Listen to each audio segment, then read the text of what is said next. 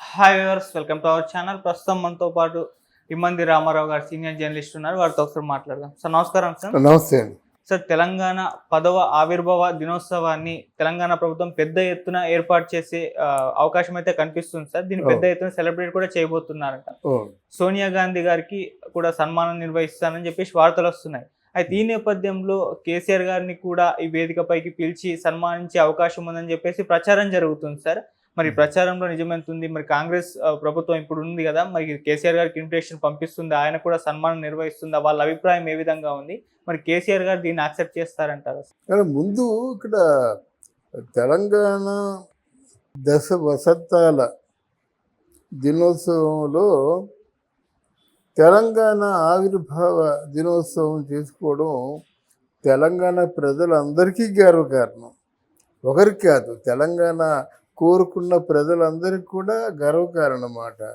ఇక్కడ రేవంత్ రెడ్డి వేసిన ప్లాన్ని అమలు చేస్తే చాలా బాగుంటుంది. అంటే తెలంగాణ ఇచ్చిన సోనియా గాంధీతో పాటు తెలంగాణ కోసం పోరాడినటువంటి కేసీఆర్కి కూడా సన్మానం చేస్తే బాగుండేది. అలా చేయకుండా ఏం చేశారంటే, ఆవిడకి ఇష్టంగానే ఉంటుంది కేసీఆర్కి సన్మానం. కేసీఆర్ని పక్కన పెట్టి తెలంగాణను మనం చూడలేమండి.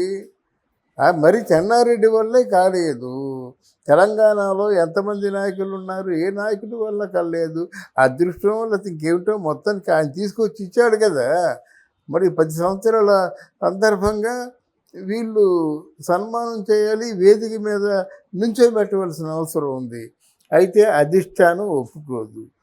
దానికి కారణం ఏమిటంటే, తెలంగాణ ప్రకటించిన వెంటనే నేను నా పార్టీలో కాంగ్రెస్లో విలీనం చేస్తానన్న మాట ఇచ్చి తప్పడం వాళ్ళు మర్చిపోలేరు. అంటే 10 సంవత్సరాలకి మళ్ళీ తెలంగాణ మీద కాలు పెట్టే అవకాశం కాంగ్రెస్ పార్టీ అంటే వచ్చింది. దాని తర్వాత వీళ్ళకేంటంటే అంతర్గతంగా ఎవరు కూడా బాగలేరు రాష్ట్రంలో. కేసీఆర్ అంటే రేవంత్ పట్టడం లేదు, రేవంత్ అంటే కేసీఆర్ పట్టడం లేదు. రేవంత్ ఇక్కడ రాజకీయ చాతుర్యంతో తనని కాలు పట్టుకొని వెనక్కి లాగే వాళ్ళందరినీ కూడా అలా సర్ది చెప్తున్నాడు. ఆయన సర్ది చెప్తున్నాడు అన్నమాట. అంతలో ఈ అవకాశాన్ని అంటే అందిపుచ్చుకొని పెద్ద ఉత్సవం చేయడైతే బాగుంటుంది. కానీ మీరు 6 గ్యారంటీలు అన్నారు కదా, 6 గ్యారంటీల్లో ఎన్ని గ్యారంటీలు అమలు చేశారు అనే ప్రశ్నకి సమాధానం చెప్పుకోవాల్సిన అవసరం రేవంత్ రెడ్డికి ఉంటుంది. అంతే కదా. పెద్ద వైభవంగా చేశాం కదా. మేము ఆ రోజు చెప్పాం 6 గ్యారంటీలు అన్నాం, 3 గ్యారంటీలు అమలు చేసాము, ఇదిగో this is our Congress party అన్నారు కదా.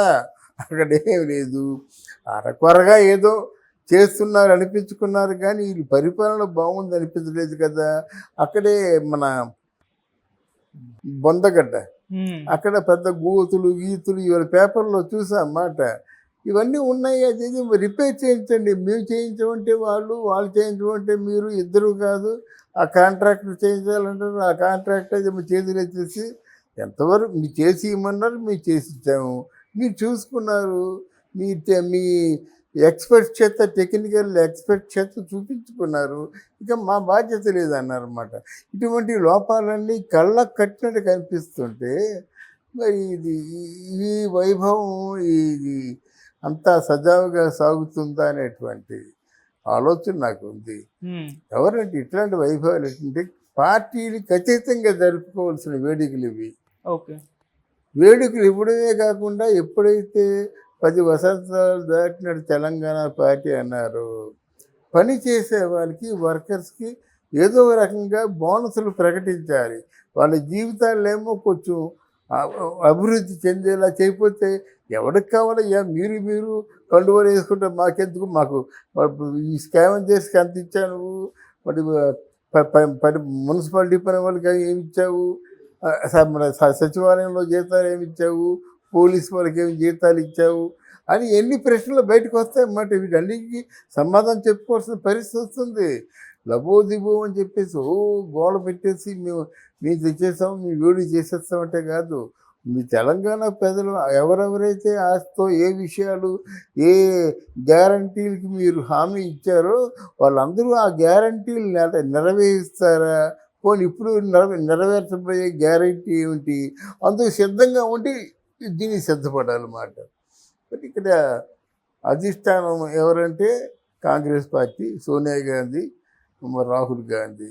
వాళ్ళకు ఒక ఎక్స్పోజర్ కావాలి. ఇప్పుడు వాళ్ళు తెలంగాణ ఇచ్చినట్టే తెలియదు. అసలు కేసీఆర్ హయాంలో ఉంటే సోనియా గాంధీని తలుచుకున్నవాడే లేడు. కానీ ఇప్పుడు అనుకోకుండా కాంగ్రెస్ పార్టీ వచ్చింది కనుక వాళ్ళకు ఒక ఎక్స్పోజర్ కావాలి కనుక ఇచ్చుకుంటున్నారు. వీరంతవరకు పార్టీ అధిష్టానం తాలూకు ఆ కనుసన్నల్లో ఎలా ఉండాలో అదే ఆలోచించుకుంటున్నారు. కానీ దేశం అంటే రాష్ట్రంలో ఉన్న ప్రజలు దేనికోసం ఎదురు చూస్తున్నారు? మీ హామీలు అమలు చేయకపోయినట్టు మళ్ళీ మీరు నమ్మరు. అప్పుడు మన కేసీఆర్ అన్నట్టుగా 10 మాసాల్లోనే పడిపోయిన వాళ్ళు అవుతారన్నమాట. ఇప్పటికే నిరాశ నిస్పృహల మధ్య తెలంగాణ పార్టీ వాళ్ళు మీ పార్టీని ఆదరిస్తున్నారు. అది అంటే మీ మాట మీరు నెరవేర్చుకోలేదు అనుకోండి, మాకెందుకు మీరు అని తిరుగుబాటు మొదలవుతుంది. మరి వాటింటికి కూడా రేవంత్ రెడ్డి సమాధానాలు చెప్పాలి. తర్వాత ఈ మధ్యకాలంలో రేవంత్ రెడ్డి కొంచెం అనాలోచితంగా నోరు పారేసుకోవడం కూడా రాజకీయ చతురత కాదు. నువ్వేదైనా పని చేసి మాట్లాడు. పని చేయకుండా మాట్లాడితే మాత్రం నువ్వు నోరు పారేసుకున్నట్టే ఉంటుంది. పెద్ద నోరు పారేసి బూతులు తిట్టేస్తే ఇప్పుడు చప్పట్లు పుట్టిన వాళ్ళే రేపు పొద్దు రాళ్ళేసి కొడతారు. అందువల్ల నేను రేవంత్ రెడ్డి గారికి చెప్పేది ఏంటంటే, ఎంత వైభవంగా అంటే నా పరంగా నా తాలూకు ఆలోచనలు పంచుకునేది ఏంటంటే, ఇది సంబరం జరుపుకుంటున్నప్పుడు మీ తాలూకు ఏవైతే 6 గ్యారెంటీలో ఉన్నాయో ఒక గ్యారెంటీని తప్పకుండా అమలు చేసి తీరాలి. తర్వాత ఈ వేడుక పార్టీలకు అతీతంగా జరపాలి. ఈ రెండు మీకు సమర్థవంతంగా నిర్వహించే శక్తి ఉంటే చేయండి అని తిరుగుబాటు మొదలవుతుంది. మరి వాటింటికి కూడా రేవంత్ రెడ్డి సమాధానాలు చెప్పాలి. తర్వాత ఈ మధ్యకాలంలో రేవంత్ రెడ్డి కొంచెం అనాలోచితంగా నోరు పారేసుకోవడం కూడా రాజకీయ చతురత కాదు. నువ్వేదైనా పని చేసి మాట్లాడు. పని చేయకుండా మాట్లాడితే మాత్రం నువ్వు నోరు పారేసుకున్నట్టే ఉంటుంది. పెద్ద నోరు పారేసి బూతులు తిట్టేస్తే ఇప్పుడు చప్పట్లు పుట్టిన వాళ్ళే రేపు పొద్దు రాళ్ళేసి కొడతారు. అందువల్ల నేను రేవంత్ రెడ్డి గారికి చెప్పేది ఏంటంటే, ఎంత వైభవంగా అంటే నా పరంగా నా తాలూకు ఆలోచనలు పంచుకునేది ఏంటంటే, ఇది సంబరం జరుపుకుంటున్నప్పుడు మీ తాలూకు ఏవైతే 6 గ్యారెంటీలో ఉన్నాయో ఒక గ్యారెంటీని తప్పకుండా okay sir, thank you so much. Thank you మా.